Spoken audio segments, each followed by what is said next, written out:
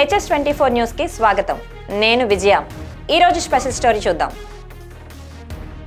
రాష్ట్ర చరిత్రలో మరో మహోన్నత ఘట్టం నేడు ఆవిష్కృతమవుతోంది. 5 కోట్ల ఆంధ్రుల ఆశలకు, ఆకాంక్షలకు కేంద్రమైన రాజధాని అమరావతి పునర్నిర్మాణ పనులు ప్రారంభోత్సవం కాబోతున్న రోజు ఇది.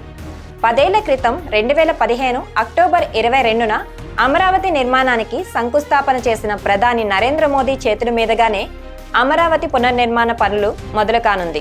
ఆ విశేషాలేంటో మన HS24 న్యూస్లో చూద్దాం. ఆంధ్రుల కలల రాజధాని అమరావతిలో దాదాపు 58,000 కోట్ల రూపాయలకు పైగా పనులకు ప్రధాని శ్రీకారం చుట్టబోతున్నారు. పునర్నిర్మాణ పనులు ప్రారంభానికి సూచికగా సుమారు 20 అడుగుల ఎత్తైన పైలాన్ను ఆవిష్కరించనున్నారు.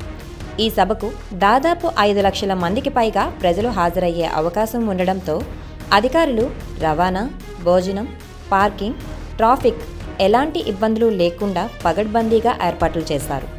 సభా ప్రాంగణాన్ని ఇప్పటికే ప్రధాని భద్రతా ఏర్పాట్లు పర్యవేక్షించే ఎస్పీజీ తన అధీనంలోకి తీసుకుంది. ప్రధాని వేదికకు ఇరువైపులా 2 వేదికలను ఏర్పాటు చేసి ఒకదానిపై మంత్రులు, మరో దానిపై అమరావతికి భూములు ఇచ్చిన రైతులు ఆసీనులయ్యేటట్టు తొలుత ఏర్పాట్లు చేశారు.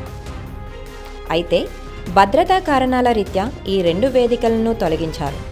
ప్రధాన వేదికపై కేవలం 14 మందిని మాత్రమే అనుమతించారు.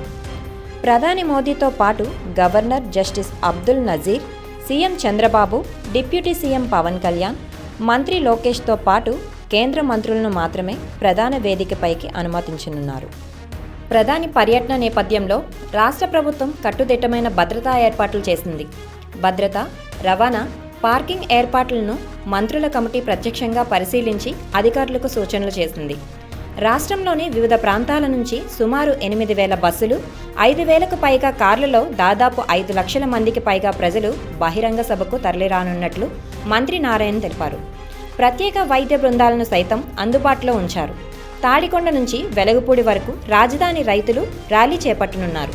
రైతుల కోసం ప్రత్యేకంగా 5 గ్యాలరీలను ఏర్పాటు చేశారు. రాష్ట్రానికి నడిబొడ్డున అన్ని ప్రాంతాల ప్రజలకు అందుబాటులో ఉండేలా రాజధాని అమరావతిని నిర్మిస్తూనే రాష్ట్రంలో వివిధ ప్రాంతాల్ని ఏకకాలంలో అభివృద్ధి చేసేందుకు కూటమి ప్రభుత్వం ప్రణాళికలు అమలు చేస్తోంది. అమరావతితో పాటు విశాఖ, తిరుపతులను మెగా సిటీలుగా అభివృద్ధి చేయనుంది. విశాఖను ఆర్థిక రాజధానిగా అభివృద్ధి చేస్తోంది. రాయలసీమను ఆటోమొబైల్ జోన్గా ప్రకటించింది. అమరావతి పునర్నిర్మాణ ప్రారంభోత్సవ విశేషాలు తెలుసుకున్నాం కదా. మరిన్ని స్పెషల్ స్టోరీస్తో మళ్ళీ కలుద్దాం. Keep watching HS24 news.